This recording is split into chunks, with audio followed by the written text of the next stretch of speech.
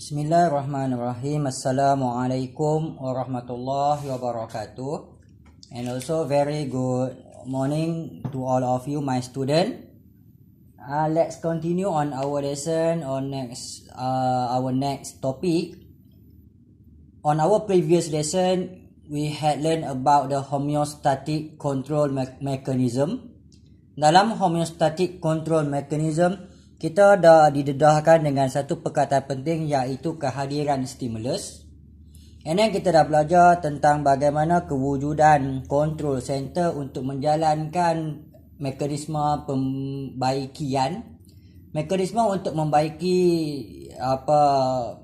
keadaan yang berubah tersebut melibatkan negative feedback mechanism. Seterusnya dia akan menghasilkan satu efek ataupun respons terhadap efektor, di mana respon tersebut akan mengembalikan keadaan back to normal.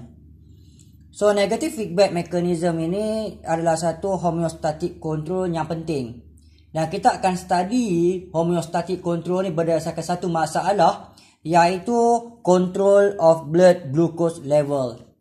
Control of blood glucose level ni melibatkan dua penyelesaian masalah. Yang pertama, kita menyelesaikan masalah apabila blood glucose level meningkat. Yang kedua, kita akan fikir jalan penyelesaian masalah kepada blood glucose level yang menurun. Oleh jadi demikian, kita akan study numbering by numbering. Secara asas, kita akan study terlebih dahulu bagaimanakah yang berlaku apabila blood glucose level ni increase. Apabila increase blood glucose level, dia akan menuju kepada control center untuk menjalankan mekanisme pembetulan.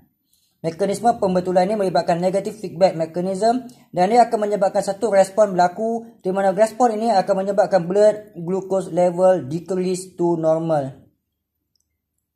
Kemudian kita akan belajar bagaimana apabila berlakunya masalah, iaitu blood glucose level become decrease. Apabila blood glucose level ini decrease, dia akan menghantar satu stimulus kepada control center untuk menjalankan mekanisme pembetulan, iaitu negative feedback mechanism. Dan negative feedback mechanism menyebabkan blood glucose level increase back to normal. So sekiranya increase, respon dia decrease, dia adalah negative feedback mechanism. Sekiranya decrease, respon dia adalah increase, ini juga adalah negative feedback mechanism. Yang pertama sekali, kita akan study apakah yang berlaku apabila blood glucose level ini increase.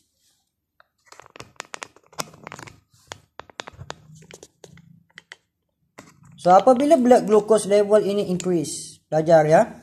Apabila berlakunya increase of the blood glucose level. So blood glucose level ni, they are increase above the normal. Ini dinamakan sebagai stimulus. Biasanya blood glucose level ni rise apabila you are eating the carbohydrate rich meal. Apabila we are take up the carbohydrate rich meal. So apabila kita mengambil nutrisi yang tinggi kandungan glukos dia, maka apa yang kita akan dapati, blood glucose level akan meningkat. So apa kita akan boleh lihat, ini adalah bertindak sebagai satu stimulus. Once the blood glucose level increase, the beta cell at the pancreas stimulate. Itu nombor 2. So nombor 2 di sini ya. Beta cell ni adalah sejenis control center. The beta cell ini terletak pada satu bahagian yang dinamakan sebagai pancreas. Highlight beta cell, highlight pancreas. So pancreas ni adalah satu organ penting. Dalam pancreas ada beta cell, dan beta cell ni akan dirangsang, stimulate apabila blood glucose ni naik.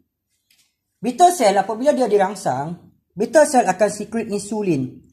Secrete insulin, highlight perkataan secrete the insulin. Saya tak nak term lain. Term yang penting adalah secretion. Secrete the insulin.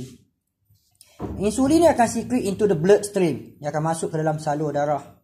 Sini adalah nombor 3. So secretion of the insulin juga berada dalam control center, komponen yang kedua dalam homeostasis. Apabila insulin ni masuk ke dalam salur darah, insulin akan menjalankan beberapa respons. So insulin stimulate a few response. Yang pertama sekali, insulin akan meningkatkan penyerapan glukos daripada darah. So dalam darah ni ada glukos. So ini salur darah. Ini sel. So glukos dalam darah, so dia akan diserap masuk ke dalam sel. So insulin stimulate a few response. Yang pertama sekali, insulin stimulate uptake of glucose from blood. Highlight from blood into the body cell. Masuk ke dalam body cell. So glukos dalam darah ni kurang. Glukos sekarang banyak dalam sel. Yang kedua, insulin also stimulate liver to take up glucose.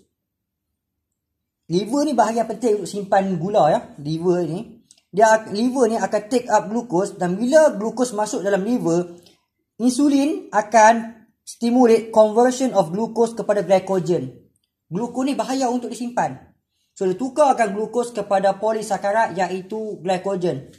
So highlight glucose monosaccharide, highlight glycogen polysaccharide. So polysaccharide selamat untuk disimpan sebab polysaccharide insoluble in water. Yang ketiga, insulin ni akan pergi kepada adipose tissue. So insulin akan stimulate conversion of glucose into the fat. Dia akan tukar glukos masuk ke adipose tissue. Adipose tissue akan simpannya sebagai fat. So fat juga selamat untuk disimpan. Oleh yang demikian, apabila darah ini kehilangan glukos, glukos akan keluar daripada darah, maka blood glucose level decrease. Dan dia decrease back to normal. Highlight perkataan back to normal. Kena sebut perkataan tu ya. So kamu berjaya buktikan perkara ini untuk berlaku. Yang pertama, apabila mengambil nutrisi yang tinggi karbohidrat, so the blood glucose level akan increase.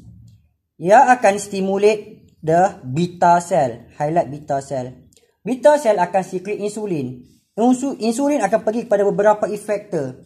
Yang pertama, insulin pergi pada sel. Sel akan increase uptake of glucose. Yang kedua, insulin akan pergi pada liver. Liver akan take up glucose dan store as a glycogen. Yang ketiga, insulin akan pergi pada adipose tissue. Adipose tissue uptake the glucose dan store sebagai fat. Barulah blood glucose level decrease back to normal. So kita bincangkan bagaimana pengawalan kadar kandungan gula berdasarkan 3 perkara dalam homeostasis, iaitu stimulus, control center dan effector. Apa pula berlaku kepada orang yang berpuasa? So apabila kamu menjalankan proses berpuasa ya, maka apa yang berlaku ini adalah blood glucose level akan mula menjadi rendah. Okay, decrease. So apabila blood glucose level decrease, so ini adalah bertindak sebagai stimulus. When the blood glucose level decrease below normal. Contohnya apabila kamu skip makan. Ya.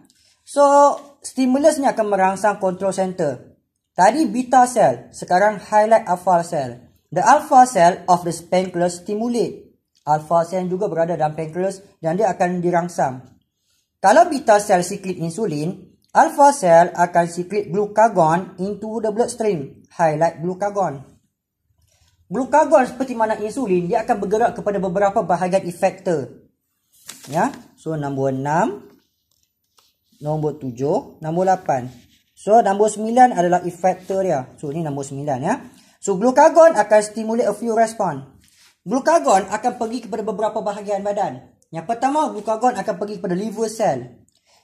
Dekat liver cell, glucagon stimulate increase glycogen hydrolysis. Highlight perkataan glycogen hydrolysis. Pemecahan glycogen kembali kepada glukos. Hasilkan glukos semula. Yang kedua, masih lagi dekat liver. Glucagon ni akan convert amino acid dan glycerol. Highlight amino acid and glycerol kepada glukos dalam liver. So jangan kita sangka kita makan daging ya, yang ada protein kita tak dapat gula. So kita buktikan dekat sini ya, daripada protein boleh menjadi gula dekat liver dengan kehadiran hormon glucagon. Yang ketiga, dia akan pergi kepada sel dan dekat sini dia akan release glucose from the cell into the blood. So ini tindakan glucagon. Kesemua tindakan glucagon ni adalah menghasilkan glukos, menghasilkan glukos dalam darah. Akhirnya apa yang berlaku? The blood glucose level increase back to normal. So kita faham dua tindakan yang berlaku dalam homeostasis ni apabila blood glucose level meningkat dan blood glucose level menurun. So semasa blood glucose level menurun, so dia akan detect by the alpha cell. Alpha cell secrete the glucagon. Glucagon going to the liver. Dekat liver ada dua benda berlaku kan? Yang pertama dekat liver ni, effector ni, yang pertama dia akan hydrolyze glycogen kembali kepada glukos. Hydrolyze polysaccharide menjadi balik monosaccharide. Yang kedua, dia akan tukar protein dan amino acid dan juga glycerol iaitu fat kembali kepada glukos. Ini dekat liver. Yang ketiga, dia pergi pada sel. Dan kalau tadi insulin, sel ambil glukos, sekarang glukagon, sel release glukos into the blood. So semuanya pergi ke darah dan akhirnya gula dalam darah kembali meningkat. Aras gula dalam darah mestilah seimbang ya. Yang kita nampak aras gula dalam darah yang seimbang adalah 70 ke 110 mg per liter. Per mililiter. Nampak ya dekat sini. So kita belajar ya, dekat sini ini ada insulin dan ini ada liver dan ada sel. So pastikan kamu faham dengan baik bagaimana tindak balas ini berlaku. So I hope you will study very smart. You study step by step and the correct way. So good luck to all of you. See you on the next lesson. Bye.